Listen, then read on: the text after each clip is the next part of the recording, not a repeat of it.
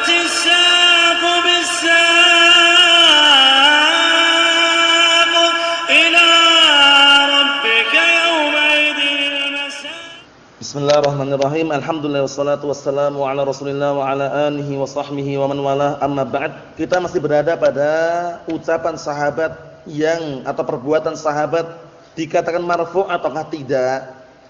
Sudah kita lewati barakallahu fikum beberapa penjelasan. Kalau seandainya perbuatan sahabat tersebut Rasulullah mengetahuinya dan tidak mengingkarinya, maka di situ masuk dalam marfu'un hukman. Nah, taruhlah Rasulullah tidak menyaksikan, tidak melihat, tapi para sahabat melakukannya, tapi Allah Ta'ala tidak mengingkarinya, juga marfu'un hukman. Ya enggak? Marfu'un hukman. Seperti itu kemarin kan? Nah, cuman ada khilaf. Kenapa kok bisa dikatakan marfu'? Nah, barakallahu fikum. Tapi kemarin sebutkan bahwasanya enggak mungkin kita katakan marfu' karena enggak dinisbahkan kepada Rasulullah. Cuman perbuatan tersebut hujjah itu loh. Kalau posisinya walaupun Rasulullah enggak mengetahui, tapi Allah Ta'ala kan menyaksikan, melihat, mengetahui posisinya apa, ayat turun saat itu. Al-Quran masih apa? Barakallahu fikum, turun. Maksudnya ayat-ayat Al-Quran turun pada Rasulullah. Kalau seandainya perbuatan sahabat saat itu diingkari dan tidak diperbolehkan, niscaya Allah Ta'ala melarang. Masalah apa kemarin? Al-azl. Ingat-ingat ya? Masalah al-azl. Nah, itu hadisnya siapa kemarin? Jabir bin Abdullah ya, Jabir bin Abdullah, kunna na'zil wal Qur'anu yanzil. Nah, sekarang kita lanjutkan. Yang berikutnya barakallahu fikum wa hafizakumullah. Qala Asy-Syaikh Muhammad bin Shalih Al-Utsaimin rahimatullah alaih. Jadi terkadang setorkan, terkadang tidak itu, tapi antum usahakan murojaah sendiri ya. Pantun-pantun puisi yang sudah antum hafal, upayakan dimungkinkan, dikelotokkan. Paham ya? Nah, barakallahu fikum, biar nanti suatu ketika antum belajar yang kedua kalinya di Yaman nanti kalau berangkat ke sana itu sudah pernah belajar itu aja. Nah, tapi kalaupun enggak ke Yaman, yang penting sudah ada bekal, sudah ada masukan walaupun dikit demi sedikit. Kita lihat di sini. Nah, barakallahu fikum. Wa kadzalika idza qala as-sahabiyyu, itu ya. Itu. Dan seperti itulah atau seperti itulah. Nah, atau seperti yang di atas tadi yang kemarin kita sebutkan. Naam, atau seperti itu, idza qala as-sahabiyyu, kalau seandainya sahabat berkata, minas sunnah, kata termasuk bagian dari sunnah seperti ini. Bayangkan ini.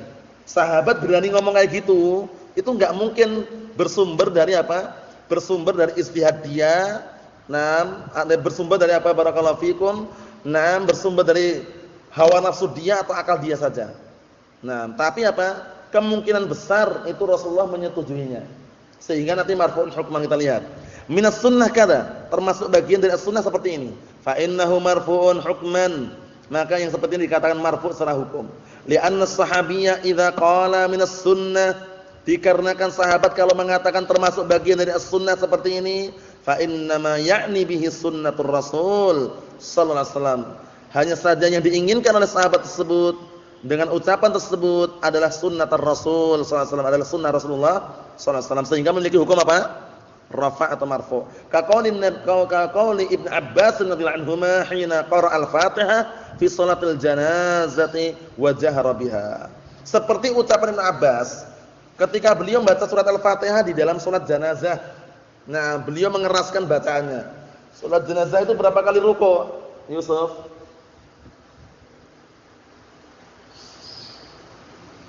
Salat janazah berapa kali ruku', sujudnya berapa kali? Apa? Enggak ada rukuk, enggak ada sujud. Ada takbiratul ihramnya, ada enggak? Ada. Paham ya? Jadi salat jenazah itu salat yang tanpa rukuk, la ruku'a fiha wala sujud. Tidak ada rukuk, tidak ada sujud itu. Yang ada takbiratul ihram, 4 kali takbir. 4 kali takbir. Allahu akbar. Ini yang rajih mengangkatnya ketika takbiratul ihram. Untuk khilafnya setiap kali takbir mengangkat, tapi yang rajih wallahu alam dikuatkan Syekh Muhammad bin Hizam dan juga yang lainnya, ketika awal kali takbir aja Allahu akbar. Baca apa? Perlu baca doa istiftah atau langsung Al-Fatihah saja? Langsung Al-Fatihah saja. Kemudian takbir yang kedua Allahu akbar, baca apa? Shalawat Ibrahimiyah. Shalawat Ibrahimiyah ya ma'ruf insyaallah ya. Kemudian takbir yang ketiga Allahu akbar, baca apa? Doa, Allahumma ighfir lahu warhamhu wa'afihi wa'fu anhu. Kalau laki-laki, kalau perempuan tinggal diganti dhamirnya, kata gantinya. Allahu akbar, Setelah takbir yang keempat baca apa? Langsung salam. Ada yang mereka berpendapat 5 kali takbir, ada yang berpendapat 4 kali takbir, tapi yang rajih wallahu alam 4 kali takbir. Langsung salam aja. Assalamualaikum warahmatullah. Assalamualaikum warahmatullah. Untuk yang di belakangnya apakah harus 3 shaf atau shafnya dipenuhi seperti orang salat biasa? Itu ada perselisihan di antara para ulama. Yang mengatakan 3 shaf, na'am barakallahu fikum, itu berarti otomatis shafnya belum penuh, mending 3. Nah, tapi yang kita praktek, kita amalkan ketika di Damat saat itu, dan itu yang dikuatkan oleh para masyayikh Ahlussunnah saat itu. Nah, barakallahu fikum, shaf dipenuhi terlebih dahulu, baru shaf berikutnya. Apa maksudnya? Jadi kalau satu shaf misalnya belum penuh, penuhi dulu. Nah, kadang orang kan banyak yang ikut seperti itu. Wallahu a'lam bishawab, pembahasannya bukan di sini tapi dalam kitab fikih. Nah, kita lihat di sini.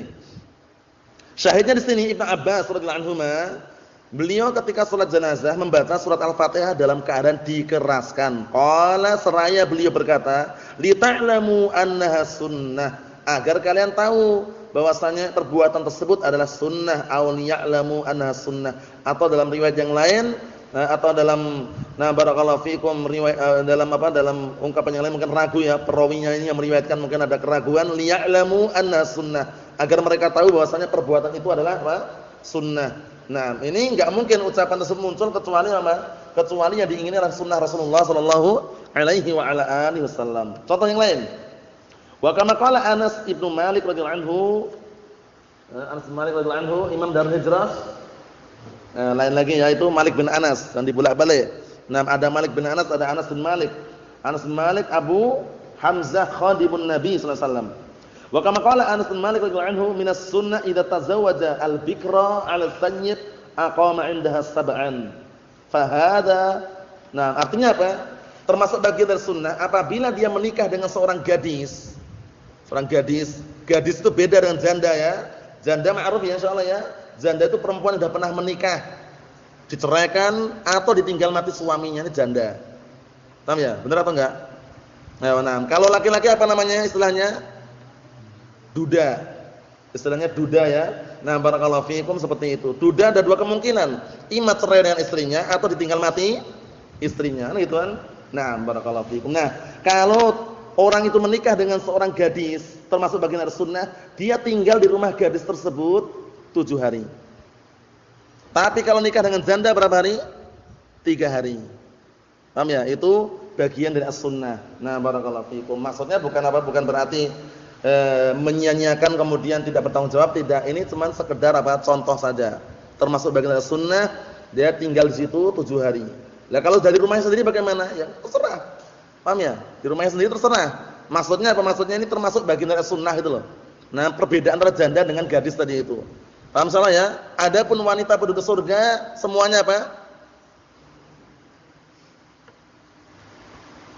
Gadis. Sudah selesai itu ada. Nah, fa hadza wa amsaluhu yakunu minal marfu' hukman. Ini dan yang semisalnya dihukumi marfu' secara hukum, li'anna sahabiyya la yudhifus sunnah ila sunnatir rasul sallallahu alaihi wasallam. Dikarenakan sahabat itu tidak mungkin menyandarkan suatu sunnah kecuali kepada sunnah Rasulullah sallallahu alaihi wa ala alihi wasallam. Wa aidan law akhbara ahadun minas sahaba 'anil jannah wan nar. Ini penting sekali.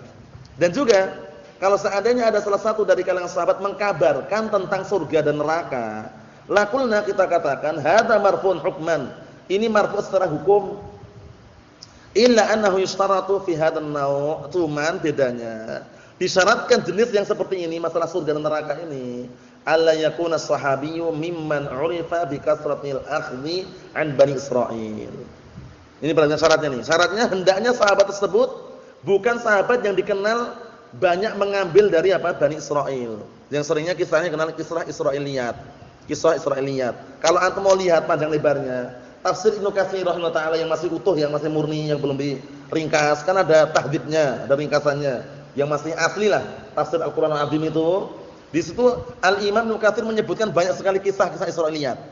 Bukan berarti beliau berdalil dengannya, tapi menunjukkan itu adalah kisah Israiliyat la yuhtaju biha. Paham ya? Nah, tidak bisa dijadikan hujjah kalau benar-benar berseberangan dengan apa? Syariat kita. Karena yang kabar yang dari Bani Israil itu la yusaddaq wa la yukadzdzab. Hukum asalnya. Enggak dibenarkan, enggak didustakan. Paham ya? Kapan dibenarkan? Kalau mencocoki syariat kita. Kapan didustakan? Kalau berseberangan dengan syariat kita. Tapi kalau dalam syariat kita enggak ada penetapan, enggak ada juga pelarangannya, maka tawakuf. Itu kabar Bani Israil.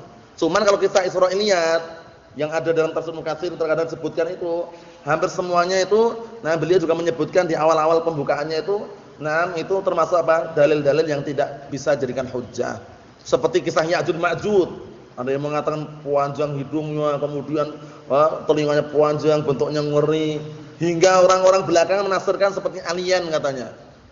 Alien kayak apa enggak juga enggak tahu, yang jelas bentuknya ngeri gitu. Paham ya? Bentuknya ngeri. Itu semuanya Israiliyat. Semuanya Israiliyat. Nah, barakallahu fikum. Disebutkan dalam riwayat yang sahihah, memang bentuknya ngeri, cuma ngerinya kayak apa itu wallahu alam itu loh. Yang namanya ngeri kan banyak, iya kan? Ayo nah, kita lihat di sini. Kata beliau di sini, fa in kana mimman 'urifu bidzalik, kalau seandainya orang tersebut atau sahabat tersebut termasuk yang dikenal dengan banyak mengambil dari Bani Israil, fa innahu la yu'tabaru lahu hukm rafa', maka enggak dianggap hukum rafa', lihtimali an yakuna ma naqalahu an Bani Israil. Karena ada ihtimal, jangan-jangan yang dia ambil itu yang dia nukilkan dari Bani Israil, bukan dari Rasulullah itu lah ya. Wa haula'i katsirun. Yang seperti itu, para sahabat yang seperti itu banyak sekali. Amsal seperti misalkan Abdullah ibn Amr ibn al-As. Abdullah ibn Amr ibn al-As radhiyallahu anhuma. Fa innahu akhadha jumlatan kabiratan an kutubi ahli kitab fi ghazwatil Yarmuk. Nah, karena sesungguhnya beliau mengambil banyak sekali dari kitab-kitab ahli kitab, terutama pada kisah perang Yarmuk, mimma khallafahu ar-Rum aw ghairuhum. Nah, barakallahu fikum, baik yang dikuasai oleh Rum, Romawi, atau yang semisal mereka, atau yang selain mereka. Intinya apa barakallahu fikum? Intinya penukilannya itu diambil dari apa? Kisah Bani Israil. Li'anna fi hadza rukhsatan, karena di dalam masalah ini ada rukhsah, ada semacam rukhsah keringanan. Fa idza 'urifa as-sahabiyyu bi annahu yanqulu 'an Bani Israil, fa innahu la yakunu qawluhu marfu'an hukman. Kalau seandainya sahabat tersebut ma'ruf mengambil kabar dari Bani Israil, maka ucapannya tidak dikatakan marfu' secara hukum. Mahum insyaallah? Mahum, Hasan? Ayo, na'am barakallahu fikum. Adapun mengenai apakah disandarkan kepada sahabat, apa-apa yang disandarkan oleh sahabat, na'am barakallahu fikum, dari tabi'in itu termasuk memiliki hukum rafa' atau tidak? Maksudnya tabi'in menyandarkan kepada sahabat. Kalau tadi kan sahabat menyandarkan kepada siapa? Rasulullah, ya enggak? Nah, nanti pembahasannya kalau tabi'in menyandarkan kepada sahabat itu memiliki hukum rafa' atau tidak pada pertemuan yang akan datang. Nasallahu alaihi wasallam. Walhamdulillahirabbil alamin.